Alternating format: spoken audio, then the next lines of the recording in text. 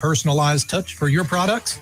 Look no further than Romika Laser Engraving and Custom Designs. I'm Ron Phillips, co-owner of Romika Designs. We offer custom laser engraving services for a variety of products, including promotional items and corporate or personal gifts. With state-of-the-art equipment and a team of skilled designers, we can engrave intricate designs on virtually any material.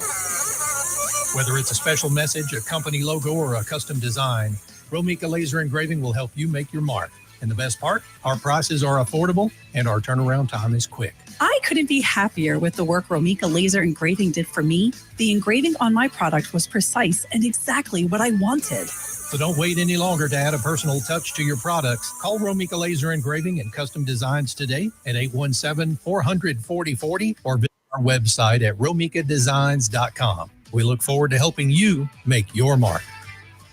Hey travelers, do you want to save money on your next flight? Then pick up the phone and call. That's right, call, because the best prices are not online. They're with SmartFares. See, SmartFares has special deals with the airlines. When they have unsold seats, they use SmartFares to fill them. So you get airline tickets at ridiculously low prices. Our prices are too low to publish online. With the extra money you'll save, you can book another trip or treat yourself to dinner or shopping. So stop searching all of those travel sites to find the lowest price on your next flight. Let one of our SmartFares expert travel agents find ridiculously low prices for you. Call SmartFares today and get the best price on your next flight. Guaranteed.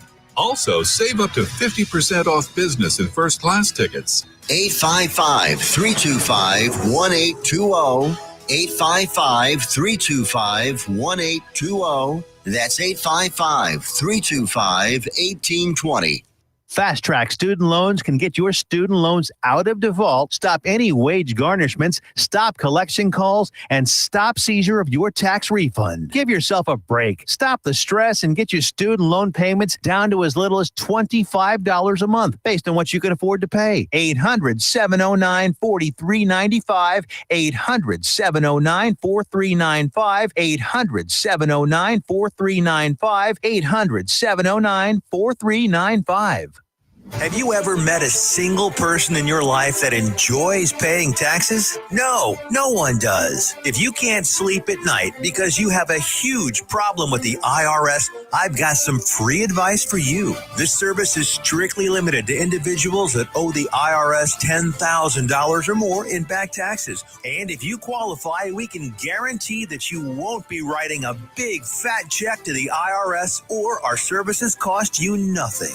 The first 100 people that call today will get a free tax consultation worth $500. Stop worrying about your IRS problem. We can help you, we promise. Call the tax doctor right now. I mean right now, to learn more. 800-240-4587. 800-240-4587. 800-240-4587. That's 800-240-4587. Fast Track Student Loans can get your student loans out of default, stop any wage garnishments, stop collection calls, and stop seizure of your tax refund. Give yourself a break. Stop the stress and get your student loan payments down to as little as $25 a month based on what you can afford to pay. 800-709-4395. 800-709-4395. 800-709-4395. 800-709-4395.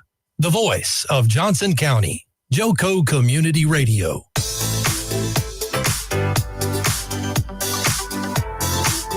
Johnson County, welcome to the JoCo Voice. I'm Mike Wilshire. I'm your host. And tonight with me in the hot seat, I've got Sergeant C.J. Sloan from Tarrant County. Man, I blew it, man. We just talked about it and stuff. You were with the Tarrant County Mental Health Division part. Yeah, with the Sheriff's Office.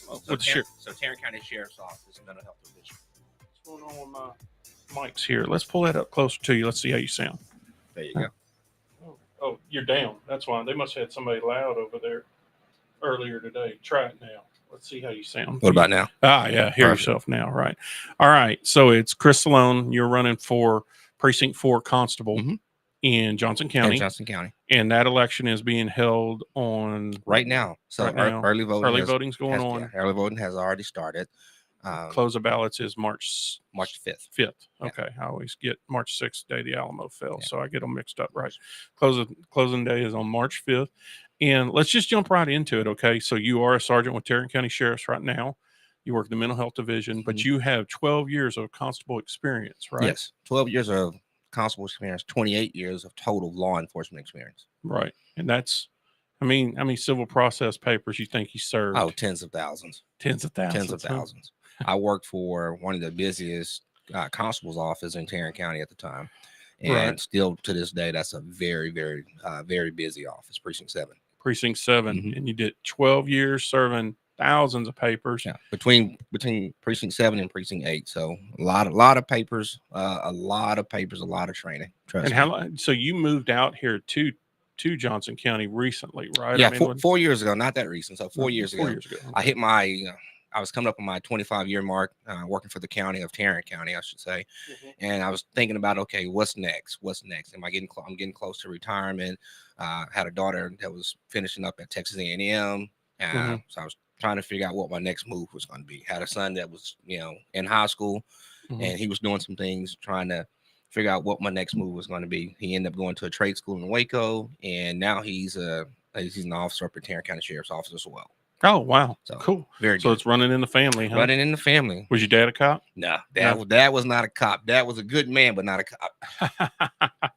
My older brother is a police officer in Houston, and I did it for a little while. I broke service in 95. I got out of the service and went to the academy, graduated class 96C at Houston Community College, Wow. right? All those years ago in the 90s, right? 96. And did it for 5 years. And let me tell you something, I ran back to the military whenever I couldn't handle the knuckleheads that we have out there in society that y'all have to deal with every day. I know that they're y'all constituents if you're running for an office, but for me on the radio show, it's the knuckleheads. We have a lot. I did not realize in Johnson County that we have people who still think you can slap other people. And I have to say it on the show all the time. You're not supposed to touch other people. In kindergarten, your teacher told you that. Don't touch other people. Keep your hands to yourself. Keep your hands to yourself. And apparently that's not what we get out here. Yeah. So, all right. So you've been awarded. So you got an award for preventing a school shooting where someone reached out to you, right? Before it happened. Yes. And I mean, so run us through. I mean, it was So I was actually en route to the house down close to Grandview is where I live. Pulled up to the driveway, got a phone call. Hey, there's about to be a school shooting. Can you help us out? Sure. That information came from Concerned Citizen. I, of course, notified chain of command. Hey, this is what I got. I need to go back in service. I need to work it. Of course, I work for a law enforcement agency, Tarrant County Sheriff's Office, Bill Wayburn. And he's very, very pro law enforcement. Very, very, hey, get it done. So that was the situation. So I was able to get in contact with the chief of police at Everman, who I personally know, got him on the phone. Hey, this is what I got going. Do you have anyone available? Yeah, I got guys working the game. It's a homecoming game. Everman was playing Joshua High School that day. So we had that stuff going on at the same time, plus getting some information on my work phone, on my personal phone, got the county phone going, and was able to get text messages, pictures of the guy, possible of the car, things of that nature, and was able to pass that information on while I ran back to Everman from Grandview. Ran code all the way back and pulled up. And by that time, I was like, hey, telling the guys on the radio, hey, the guy's about to pull in. He's in this kind of car, get him stopped. They made the stop and confronted him at the gate on the Joshua High School side. He was actually went to the Everman side, but it was crowded because of homecoming. They were overbooked on tickets.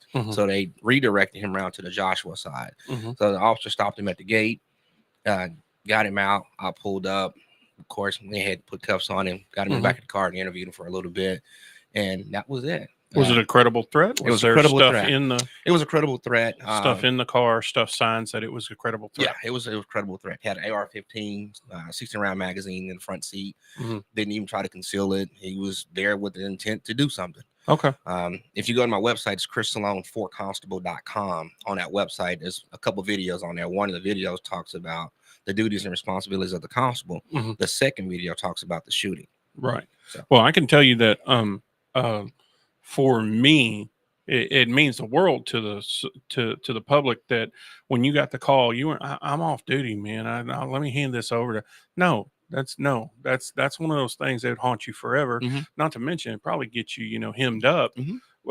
That you just passed it on. You have to, when you get a credible threat on something like a school shooting or some kind of a mass shooting situation, you have to act on it. Yeah, we have to act on it. It's way worse than before when it was just random bomb threats we used to get whenever people didn't want to go to school on testing day. Mm-hmm. Now it's actual credible threats that have to be investigated. And stuff like that I look at all the time. I get those phone calls about different things, various things. Mm-hmm. And that's one of the things I've always prided myself in being an officer, but being a good public servant. Right. A servant of the community.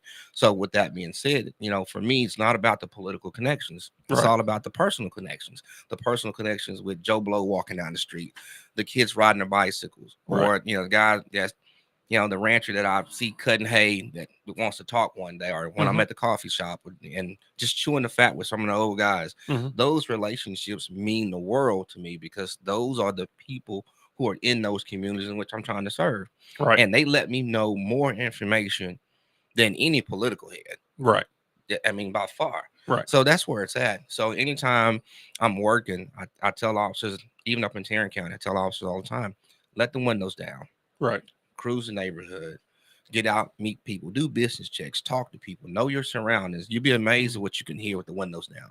You'll be amazed what you can smell while you're just rolling down the street. I bet you smell a lot. You smell a lot in Tarrant County. Yeah, some places you go in Tarrant County, you smell a lot. I'm like, good Lord, I lost a lot of my sense. I don't have no sense of smell. I have none whatsoever. Lost it. I can tell you that nothing makes me more mad than we go to the movie theater and come out there and whoever I'm with, like, you didn't smell that? Yeah. Man, I'm going to have to I work for the state of Texas. I'm going to take your analysis. And we're sitting in there next to Tommy Chong. He'd been baking the whole time. You know what I mean? Like, you should have said something a long time ago, right? So you got the award for that. You have been in shooting situations. Yes. Let's go ahead and address that because that's the first thing that I know people have asked. And, you've been justifiable and all. I mean, it's all been cleared, right? Yeah. Any kind of use of force situation I've ever been involved in, I've been totally justified. I've been cleared by the grand jury.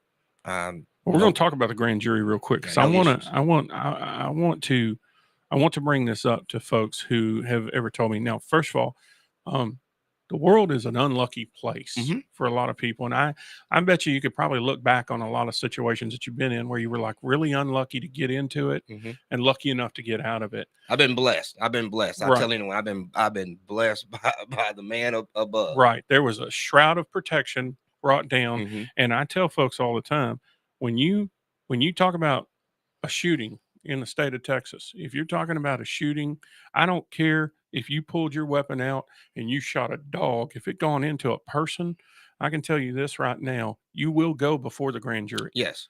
And the grand jury is not a game. No. It is. They're not playing around. Is it 6 or 9? I can't remember how many it is. Oh, goodness. It's been a while. You in a hot seat, though, when you're seat. in there. So, I mean, I understand if you can. I think it was 6 the time I went.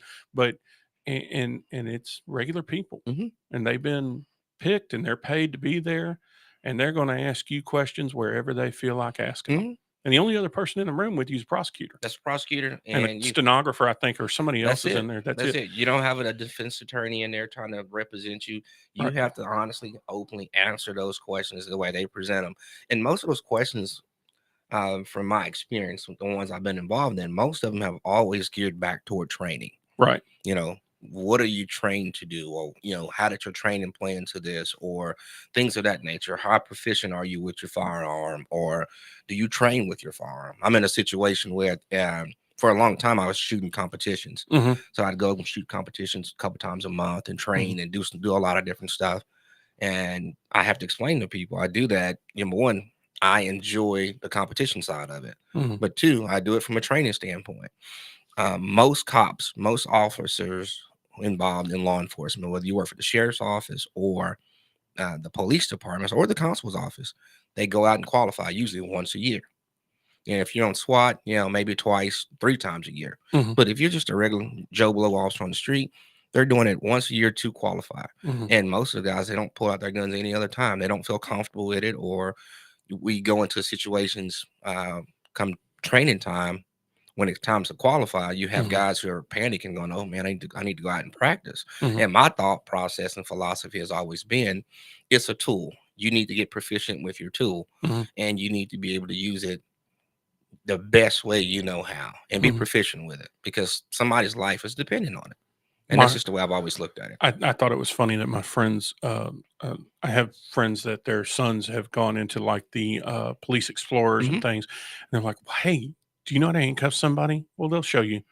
No, can you show me? Look, man, they'll show you. There's new tactics now, Mhm. probably better than what I learned 25 years ago. Mhm. No, show me real quick. It's amazing how quick it come back Yeah. because I practiced it so So much. much. I remember on my my kid's mother, my first wife, Mhm. died. She let me practice handcuffing her, and then like Mhm. later on when you're doing your polygraph, have you ever handcuffed someone that didn't need to go to jail? And I'm Yeah. like, yes, Yeah. my wife, No. practicing. Practicing. Yeah. And I was Explorer Scout ever since I was 13 years old. So I've been Right. involved in law enforcement since I was a kid. And they have a ton of role models up in Fort Worth area to look up to. So I've been knowing But what I you can want to do for years. you can get them bracelets on quick after 25 Oh, years yeah. in it. But whenever you're a kid practicing, I mean, the watches, Yeah. the long sleeve Long shirts, shirt, yeah. just everything, it would get and you still get hemmed up every now and then Mhm. because somebody's moving around funny or whatever. Yeah. But yeah, I can remember all that training and stuff and trying to show them and stuff. That was hilarious that Yeah. it come right back. I had to go find them, blow some dust off of Yeah. them. I They're understand. somewhere in here, somewhere in the house, Never get rid of them because they got my driver's license number on them. You better not. You better keep them. Never got rid of them for that reason, right? Okay, so done the grand jury thing, and I mean, you probably testified in how many trials you think? Oh, trials. A handful of trials, but towards the grand jury, I've been before the grand jury 3 or 4 times, and Mhm. been cleared every single time. Been totally justified in my actions and the way we respond and things of that nature. And that's a fact. There's no That's way anyone can, Nah, that's a the fact. grand Yeah. jury is the grand jury, Grand jury's the grand jury. and they're and none of the proceedings that happen in the grand jury, you either get billed or no billed. Yeah, That's it. That's it.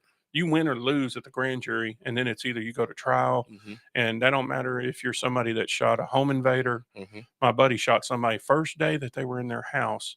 He lived in a cul-de-sac. He was kind of mentally off. His family used to live there. Were gone. Got into his house through the side of the garage door. Shot him. He was trying to reach down to get the gun out of his pants, and he shot him. The guy fell down in there. No bill before the grand jury, Mhm. but still, 6 months later, he was. I mean, his hair turned gray like Yeah. mine It's stressful. overnight. He It's just, stressful. yeah, it's got to be bad. Even being an officer nowadays, you get involved in an officer involved shooting. It's critical. Right. It's a critical incident that happens, and it's something that takes a toll on your family. Mhm. From that standpoint of what's next, and Right. you don't know who you're going to get on this grand jury. Am I going to get somebody who's going to be, anti law enforcement? Am I going to get somebody who is anti gun?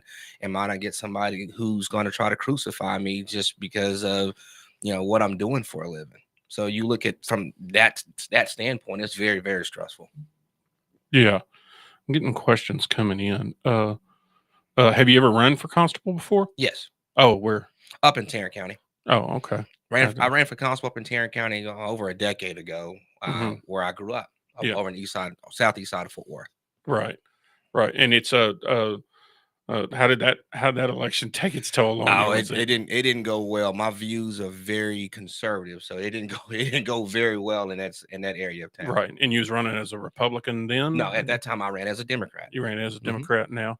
And now you're no, I ran as a Democrat then. you're running as a Republican now. Yes, I've been voting Republican for the last over a decade. So if you pull my voting record and look at it, I voted in every Republican primary since 2013, Oh yeah. and been very active in the party. Well, you're allowed to change your mind. Oh, yeah. In the United Yeah. States, we have That's opinions. where we live. We live in the United Yeah. States, so we can change our mind and change our opinions. But I tell people this all the time when that question comes up. Mhm. I tell people this: do you want to get somebody who's crossing over from whatever Mhm. and bring them to your side and your viewpoint, or do you want to shun people and go, oh, well, since you voted as a Democrat before, you can never vote as a Republican? We shouldn't do that. No. If anything, with the party, and like I said, with the party, because I volunteer, I'm on the volunteer steering committee for Johnson County Republican Party.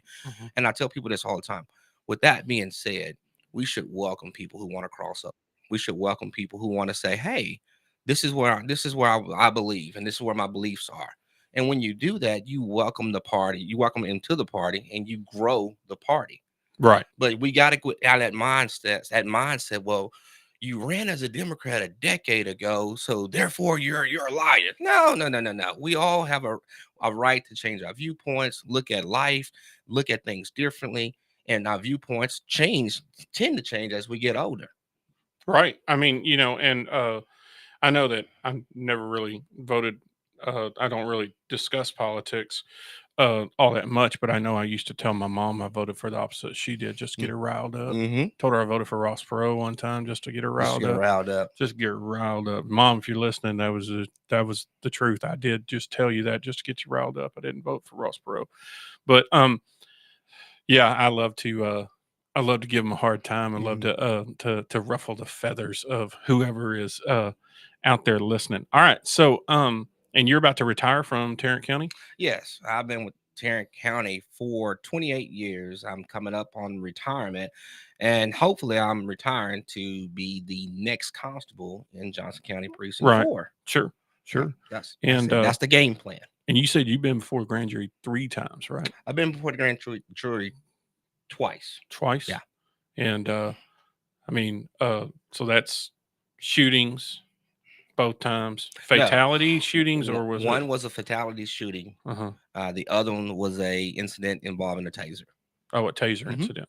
Okay, and that goes for the grand jury too? too? Because someone lost their life, just like you pointed out earlier. Oh, someone loses their life. You have to get presented before the grand jury. What was it? A heart attack after the taser, or it was drug induced. They did an autopsy at the time of the death when they did the autopsy. Well, not the autopsy at the time, but at the time of death, the body temp was well over 109. Really? Yeah, that person was pretty much cooking. From what I understand, when I talked to the ME's office, when they did the whole grand jury thing, one of the things that kind of pointed out was at that point when I was having my interaction with this other person was that legally, technically speaking, she was already dead. Oh, wow. And she didn't know she was dead. And I was like, wow, that's just anything amazing, above 105, your brain's cooking. At 107, you lose your hearing. Yeah. About there, 109, it's amazing. It's amazing. Amazing that she was still standing. Yeah, but it was drug induced. She was high off of mushrooms, methamphetamines, and something else at the time. So she hadn't slept in 4 or 5 days. Oh, wow. Yeah. So it was just a bad situation. But like I said, bad for her, bad for everyone. Bad for everyone involved. Yeah, bad for everyone involved. It's tragic. And yeah, I mean, so now the taser's a big deal now. I mean, you guys have to tase people from time to time. Have you been using is it a tool that you've had to use quite a bit, or is it? It's a tool that we need. It's a tool that we use, especially on the mental health side of it. Working in mental health, we tend to use it. It works. It's effective. Until it's not. And then you got a crazy. Then you got a. It's effective until it's not. If there's so many variables that go into play with it, whether it's that the prongs connect, is the person high on drugs, did they feel pain, is there any kind of pain compliance? There's a whole bunch of different variables that go into that. Right. Okay. So any other? Okay. So let's talk about. I'm getting a text about. All right, you guys put this stuff in the feed if y'all want to ask these questions. Don't be just making calling on my phone doing this. Come on, we got to get out there openly and confront people in the feed if you want to talk about something. The line's open. It's 817-637-2585. We're going to take a commercial here in about 6 minutes. But I'm going to take one more question off my phone. Then everybody else is going to ask in the feed from now on.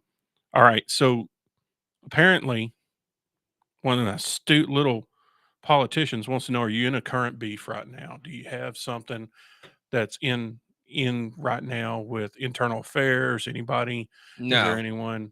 No. Okay. I'm not on any kind of investigation or anything like that. I think what they may be referring to, my opponent has put some stuff out there that I was under investigation, which is not true. You can check back with my department, Tarrant County Sheriff's Office, or call my sheriff, Bill Wayman himself. Right. I think what they're referring to is we have an employee that used to work in my division who got written up It was sustained that he did what he did, Mm-hmm. and in turn, he received some days off without pay. Right. He didn't like that. He appealed it to civil service because in Tarrant County, we're covered by civil service process. Right. He appealed it to civil service and lost there as well. Okay. So his next recourse, I'm going to sue. And in turn, that's what he did. He ended up filing a lawsuit trying to sue the county and the sheriff's office. And of course, naming me in the lawsuit because I was his direct supervisor. Okay. But I'm just waiting for that to be all cleared up and we're done with it. But we didn't do anything wrong. Myself nor the sheriff. We didn't. Absolutely Anybody nothing. can sue anybody. Anybody can sue at any given time, but we did absolutely nothing wrong. Okay. So if somebody want to find out somebody's name's in an actual lawsuit, just guess what, folks, y'all find my name in there too, because I'm in one from way back when that I have not a thing to do with it. And it's funny that comes up because the same people that want to hold me to a certain standard about the lawsuits or about the lawsuit, not lawsuits, it's only that one lawsuit, but they don't hold themselves to that same accord.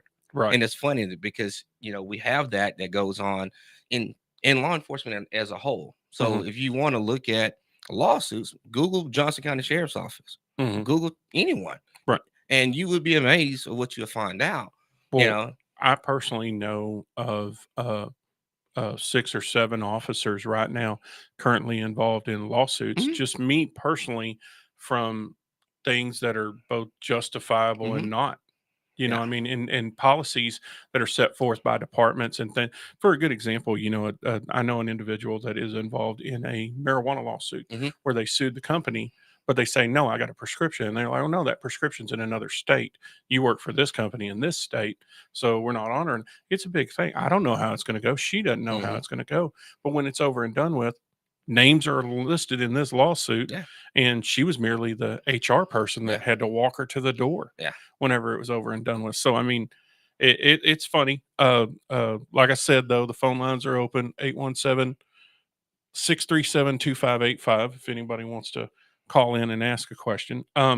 We've had, so my instructor in the academy was a shooter. He had been in so many shootings that they pulled him off the street and put him in the academy. And love the guy. He's a great guy. Every one of them justifiable.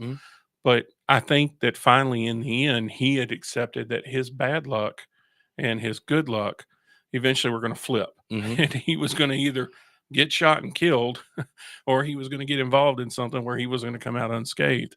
And it was just a bad situation. And he took on the role and he went on to be a shooter. He went on to teach us how to shoot. I learned a lot of lessons from this guy about clearing corners, about moving around in a building, moving through the hothouse with the balloons waving in the wind. You got a red balloon you got to take out. The blue balloons are good guys, things like that, how to do it. And, that's stuff that you have to do it. You have to physically, you're not going to get good on Call of Duty. You've got to get good with a real weapon in a real hothouse where real things happen. And we talked about the whole dry runs is what we call it in the military, and where you're practicing on holstering. I would practice just the phonetic alphabet going down the road, calling in, whenever I was young, before I even made it into the job, because I wanted to be able to call in 2 times traffic. I got, one Chevy pickup occupied 2 times, call off the plate number. And I want to be able to do all that stuff before I know that it helped to rehearse. Do you catch yourself practicing everything in law enforcement, or is there some things that do you practice more on what you feel you're weak on, or now that after 25 years, it's probably what you maybe need to refresh on? I practice on everything, right? Whether it's de-escalation, whether it's shootings, whether it's just talking to people. Every day you should be going out here and practicing on something or running those scenarios in your head. Because if you're not doing those things, when bad things happen, you fail. Right. So I practice a multitude of things. I'm constantly trying to learn. I'm constantly trying to advance and whether I'm reading books on leadership or whether I'm listening to audio books on leadership or management or just life in general, even just taking care of myself, eating right, working out, still being active, still practicing martial arts. So I practice a multitude of things, not just one thing, Mm-hmm. not just one thing. Well, you got a son too, right? Yes. So you could put arm bars on him. Oh yeah. Yeah. Really? But he's a big, strong boy. So I know, he's but 22, but I can still make still it fun, right? it's still fun. Dad's got 1 or 2 lessons I ain't taught you yet, right? That's it. I haven't been in a scrap in forever. And by God, I'm retired. I knock on wood that I will never be in another one again. But it was so funny. The last one that I can remember was many, many years ago in the service.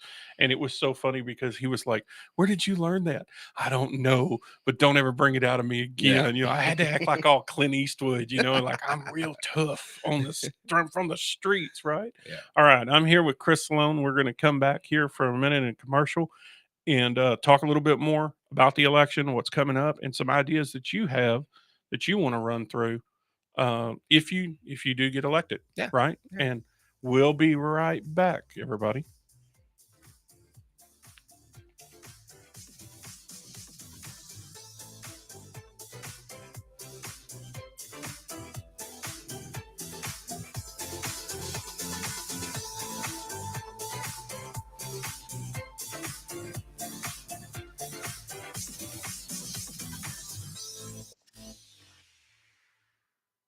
Why have thousands of aspiring authors teamed up with Christian Faith Publishing to publish their book? Because Christian Faith Publishing is an author-friendly publisher who understands that your labor is more than just a book. We provide authors freedom and flexibility throughout the publishing process, professional book editing, award-winning design, and some of the highest royalty structures in the publishing industry. And as always, you will retain 100% of the rights to your book. I was looking to find a company that I could trust, one that assisted in the editing process completely.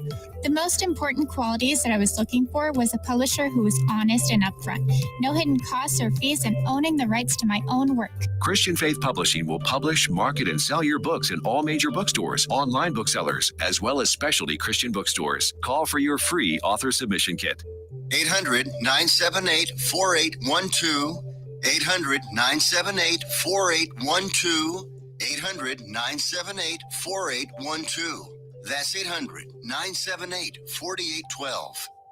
Fast Track Student Loans can get your student loans out of default, stop any wage garnishments, stop collection calls, and stop seizure of your tax refund. Give yourself a break. Stop the stress and get your student loan payments down to as little as $25 a month based on what you can afford to pay. 800-709-4395. 800-709-4395. 800-709-4395. 800-709-4395. Fast Track Student Loans can get your student loans out of default, stop any wage garnishments, stop collection calls, and stop seizure of your tax refund. Give yourself a break. Stop the stress and get your student loan payments down to as little as $25 a month based on what you can afford to pay. 800-709-4395. 800-709-4395. 800-709-4395. 800-709-4395. You're listening to JoCo Community Radio.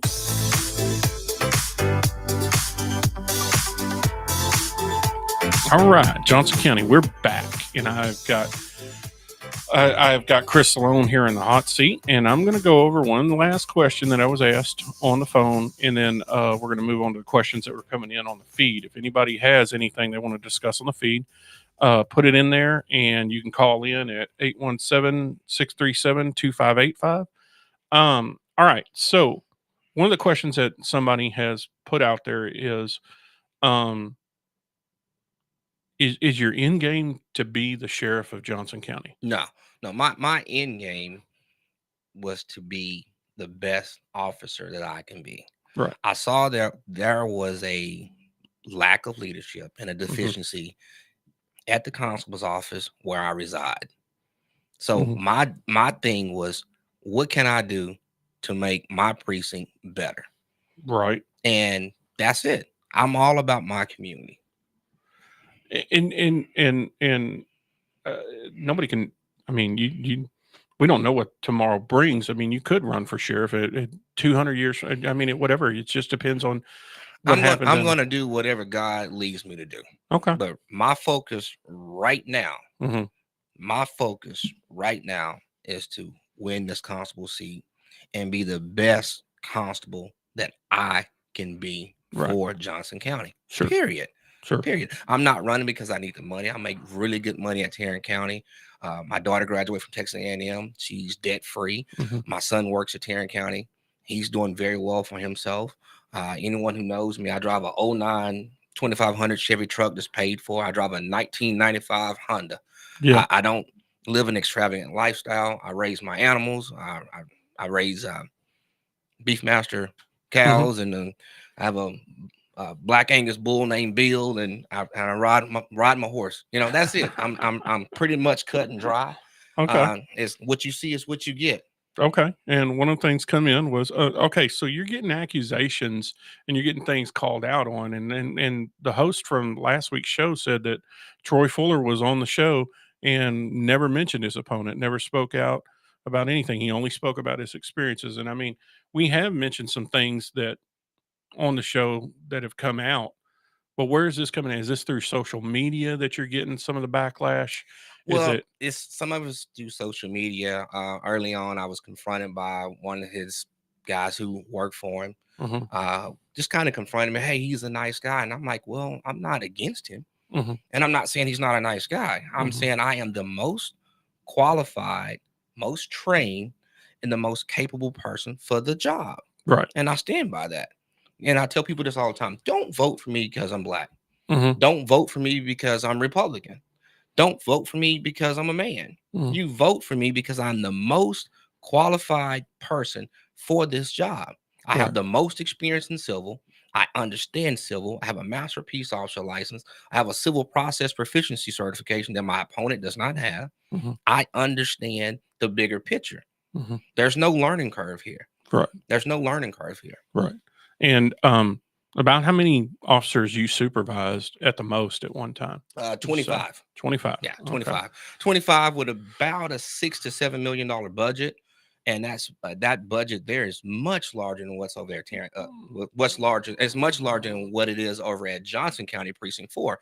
That you ain't gonna be supervising that many officers. No. That office over there, the budget is roughly around $518,000 according to the last budget hearing that I went to, and $378,000 of that was for benefits and salaries and things of that nature. So over there, I would be supervising myself, 3 deputies, and 2 clerks. Right. And so, 5-man office, 5-person office, and that's it. So I tell folks this: you vote for me, I get in office. You're going to see somebody who's going to be visible every day in the office. You're going to see somebody who's going to be visible in our community, visible in the streets. You name it. That's what we're doing. Just like this morning, I was washing a load of clothes, and I look at my laundry basket. I have T-shirts from Alvarado, T-shirts from Grandview, T-shirts from Cleburne, Venus, Joshua, Cleburne, because I go to all these games. I'm involved. I go to all the Chamber of Commerce lunches. Not only that, I just stay active with helping stuff in the community, helping people in the community, whether it's feeding the homeless, whether it's volunteering with the prison ministry, Kairos over in Venus, whether it's helping out at the nursing home in Keene. I'm always doing something. I'm always involved, but I stay connected because there's value in those personal connections. Right. You collapse when you go to bed? You tired? I'm tired. I'm tired. If I can make it through Pete Delka's telling the weather, that's it. That's it. I'm out. And I only watch that one because it's at the top of the guide bar on my Direct TV. I don't scroll down far enough to find out NBC or CBS. He's just right up there in ABC. So I watched that one. All right. So, and we talked about the disconnection in the patrol car. I wanted to bring that up again because that was my lesson that I learned for myself early on was, and I feel this with my children. I feel this with other people's kids, that disconnection of throwing an iPad in front of somebody is almost like the disconnection of the patrol car. It is. You got into the patrol car, you got AC going now. It's made to where you can't hear anything around you. I know I have looked up and in sheer terror seen y'all's flashing lights behind me and the siren going. I never heard you. Yeah. And I don't turn my music up that loud. That's how quiet my Tahoe is. So I've in the disconnection of the patrol car, I feel a lot of people lost contact with society. A lot of officers have. A lot of officers have. Yeah. With you as a constable, what would you do to reconnect with society on your, I mean, obviously you can tell your officers to roll the windows down, pay attention, talk to people, but what can you as the constable do? As the constable, I've reiterated what I would like to do once I'm in office. I want to have coffee with a cop. And that's, for me, that's coffee with a constable on patrol. You can meet me at L's place down in Sand Flats. You can meet me in Grandview. You can meet me at our place in Burleson. I mean, in Cleveland. You can meet me at, Daily Special in Alvarado. Let's have a cup of coffee and let's talk. And we'll do this every week. Every week we'll pick a location and we'll do this every week. That builds the base up. That builds the base up and lets people know that you are connected to the community. Right. Number 2, I would like to do a newsletter called Constable's Corner, keeping the voters informed. Hey, this is what we're doing. This is what happened this quarter. This is what your money. This is where your money is going. This is how many arrests we made. This is how many papers we served. This is how many agency assists we've had. We've helped out with. We're gonna be very, very transparent. Right. But then on top of all those things, you're gonna get somebody who's gonna be actively committed to the community. Right. And I think that's important. It's important from a law enforcement standpoint, but it's important from a community standpoint. People have to know that they're going to have somebody in office who's going to work for them, but who's actively a part of the community and who wants to be there. Right. And the Constable's Corner, you said you'd started off, what would it be, like Facebook, or it's going to be on the internet, or it's going to be a newsletter? The Constable's Corner, I would like to go ahead and do the first one, probably a mailer. And then by the time I can start building up a digital base, I can start sending it out via email. Right. And that'll save some money on that as far as my money being spent out of my pocket. And then even I'll talk with you before the show. I don't mind coming on here every quarter. Yeah. I mean, just keeping people informed. That's an open invite for any of y'all that carry a badge. Anybody, I don't care where we you're have nothing from. to hide. You come on here and talk about it, because people, I'm gonna tell you this right now. I remember the lady that taught me driver's ed, trained me on how to be pulled over. She told us, you will be pulled over in your lifetime, and you need to know this. Keep your hands at 10 and 2, and if it's in the middle of the night, reach up and turn the dome light on. And that's another thing. That's another topic that we don't really talk about in law enforcement. Why are we not teaching people how to respond to law enforcement? Right. Because it's obvious in some households it's not being taught. Oh yeah. So why can't we not put it on and say, hey, this is what you need to do when you get pulled over. This is the things that I'm looking for as an officer. Right. Why not educate the public? Well, we can do that. It's the same thing like the officers who work on my shift. I tell them all the time, we got to get in the habit of explaining ourselves. Right. Because you explain yourself to the general public, most law-abiding citizens, they understand. They may not like it, but they understand. It keeps complaints down, and it gives you an opportunity to build a bridge. Right. And that's what we have to do. So we have to do it on both sides. We have to hold ourselves accountable on the law enforcement side, but the public has to hold themselves accountable as well. But we got to work at this together. It's just the way it is, man. It's just the way it is. I know that my first partner was a car share that we rode. So for folks who don't understand, you do, like so many days on, you do your 5 days on, he does his 5 days on, you overlap for a little bit. So you ride 2 of you to a car. I know we were more proactive. We did a lot of work by doing that. I would do the reports, he would drive, vice versa. But he was fresh off FTO, and so that's field training officer. It's for folks who don't know. And he got out of the car, and he pulled someone over at that time. What was it called? The CHL, the concealed handgun license at the time. Now it's the LTC. And so at the time, he gets this, well, I'm going to disarm him. And I'm standing back on the passenger side of the car.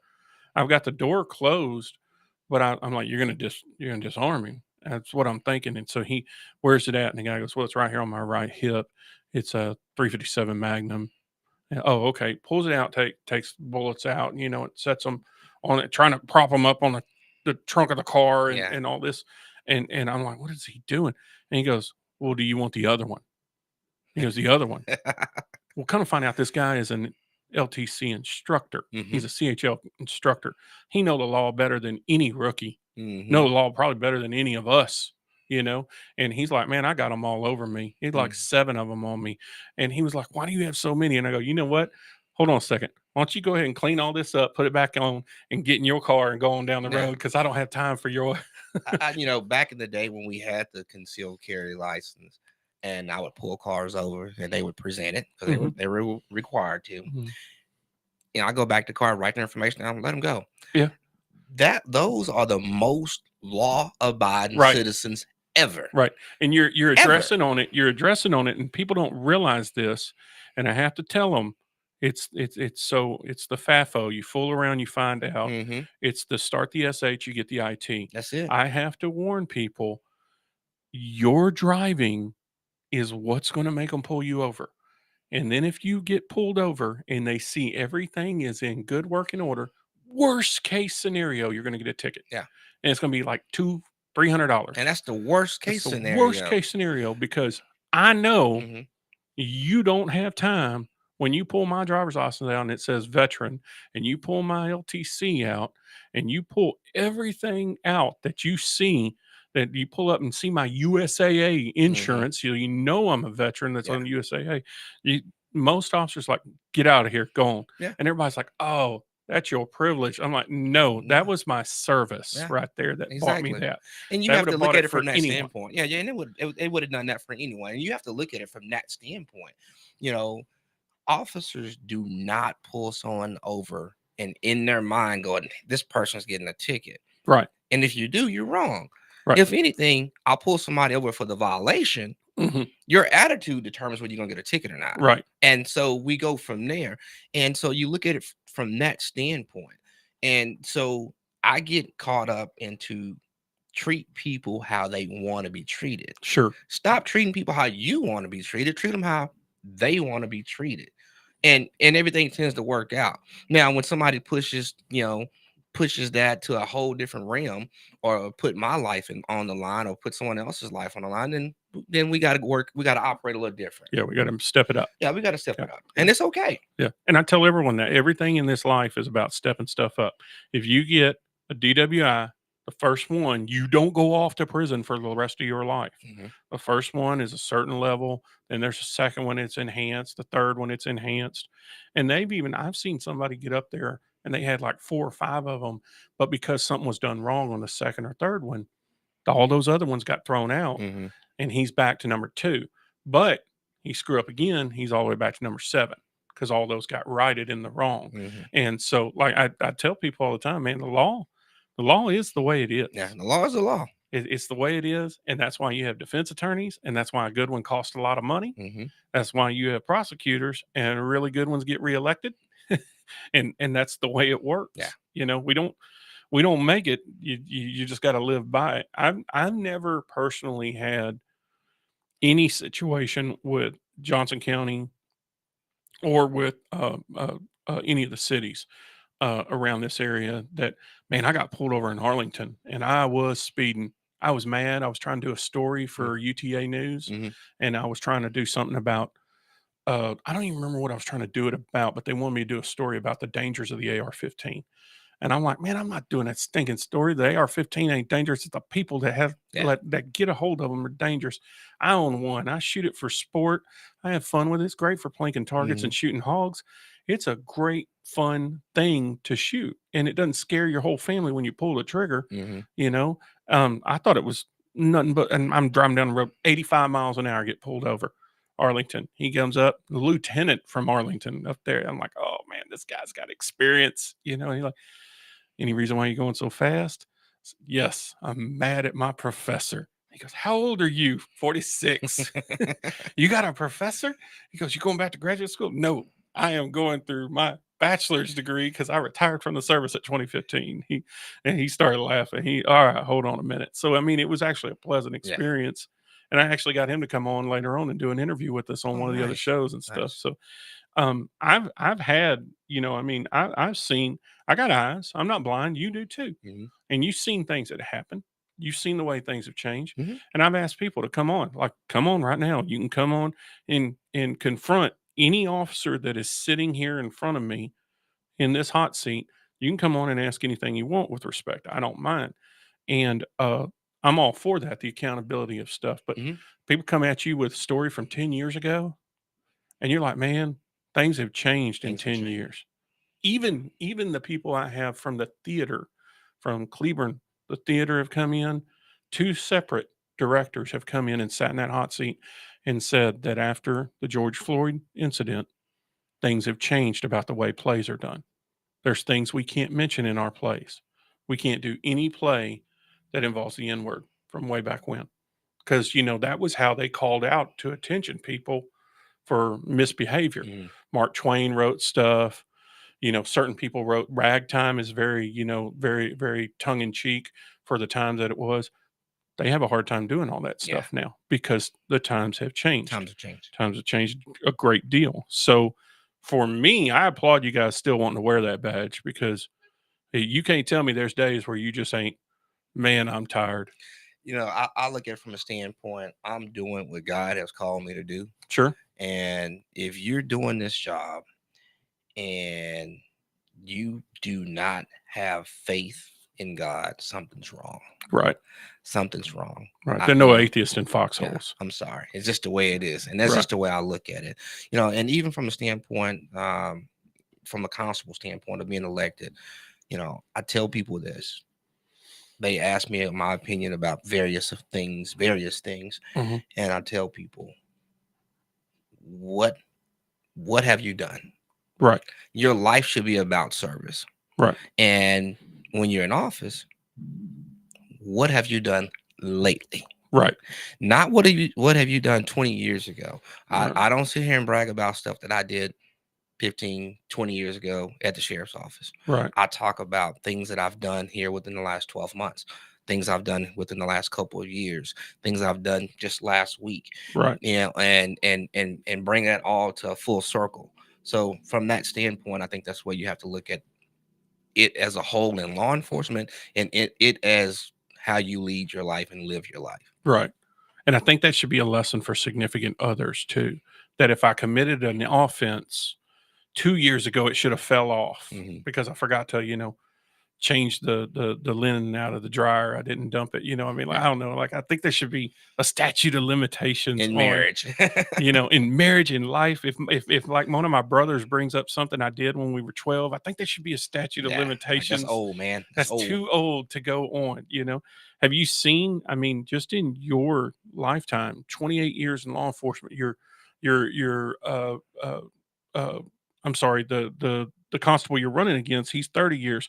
You guys have been through and watched the changes all the way from just how the radio was. The changes in radio, the changes in the weapons that we carry. When I first started, we carried revolvers. Right. The computer in the car. Now y'all have it in your hand. Now you have it in your hand. Yeah. So there's a various things that have changed with technology. Sure. But you still have to go back to just being true to people and true to yourself and treating people right. And that gray matter between your ears is the most important tool. That's it.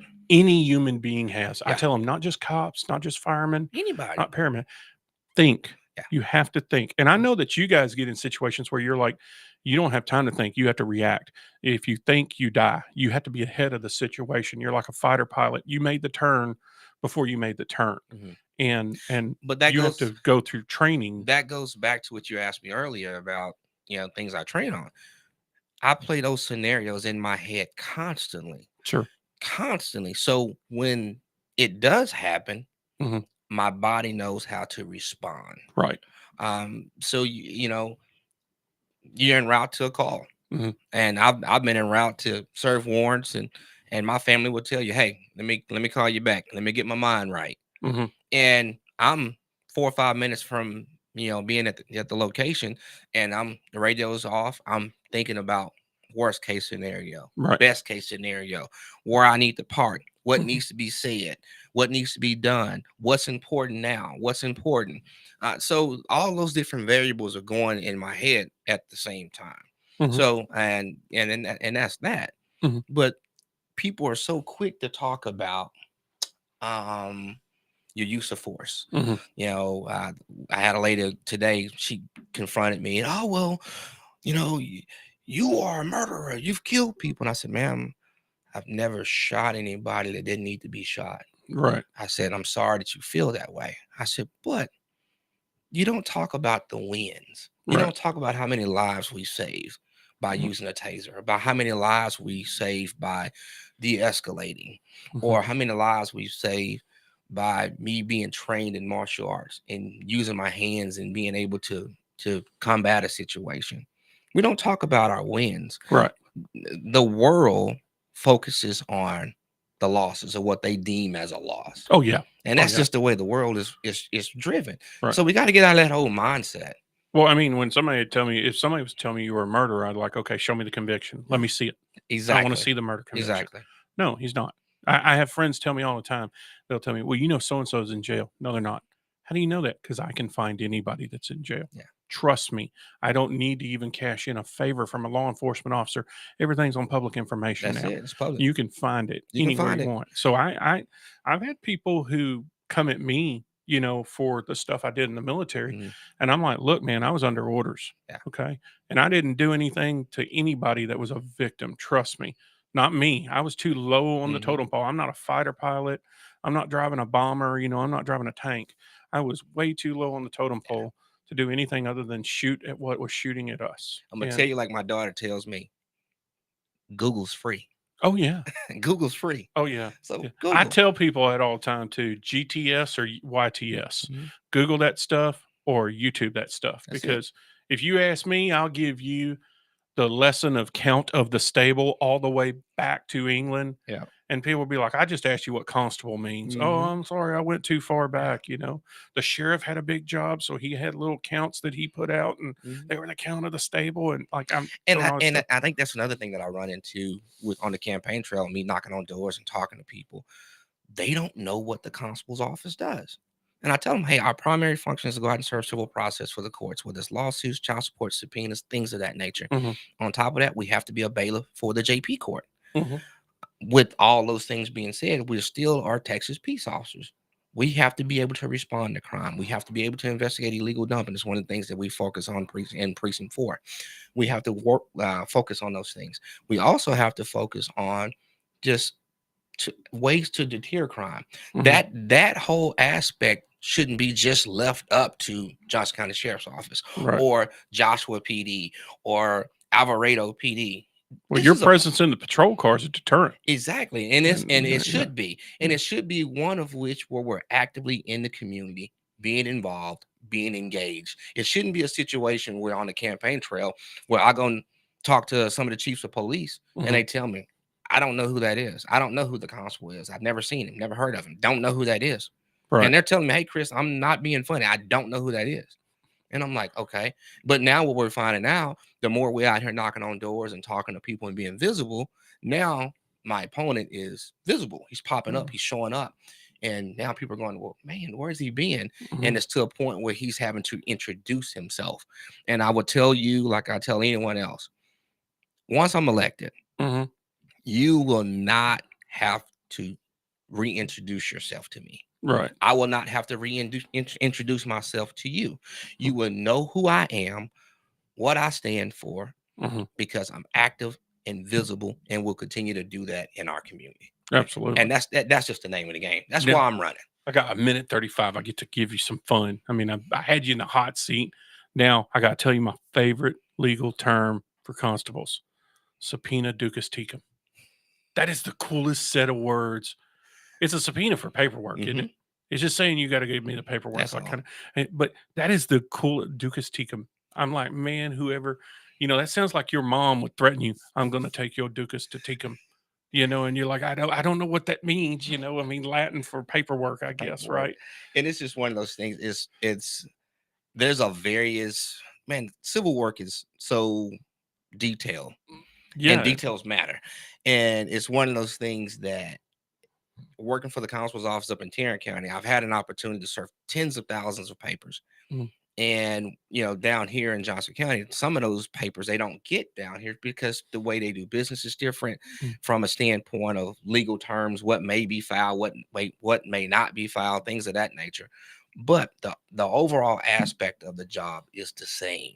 And for me, having the background that I have in, you know, working in narcotics, working in patrol, working in the warrant division, working on criminal warrant division and mental warrant division, and also having my civil background, I think I'm prime for the picking for it. There you go. So I'm ready. All right. CJ Sloan running for Constable. Christopher Sloan on the ballot March 5th. And number 1 on the ballot. Number 1 on the ballot. Johnson County, thanks, and tune in next time.